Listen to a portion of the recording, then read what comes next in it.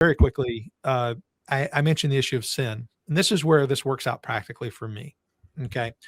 Um, and I'm going to have to reference a conversation I had with a Sabbatarian before, not in any way to impugn him, but to say this was a conversation we had, and I'd love to hear your answer because, I thought it was an important question. I said, okay, in your church, you have someone who chooses willfully not to attend worship on a Sunday, but instead chooses to do something else on a Sunday. I don't know what that would be. In this particular case, the person had gone to Disney World, so we could really go down a rabbit hole with that. But let's just say anything. It's not an act of mercy. Yeah. It's not an act of necessity. Right. They've chosen to be away from the people of God and do something else.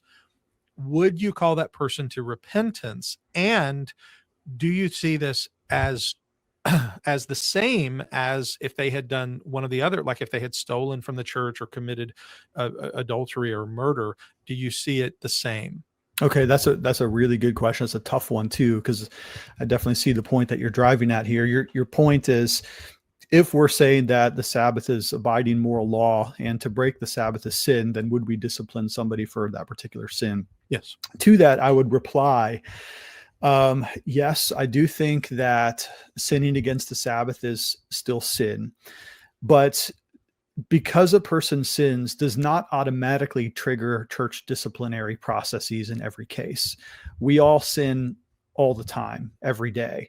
If the church was to engage in church disciplinary procedures for every infraction of the law, we would be tied up in church disciplinary procedures ad nauseum, and we'd never be able to do anything else. And not only that, but it probably would not be good for the spiritual good and the sanctification of the church.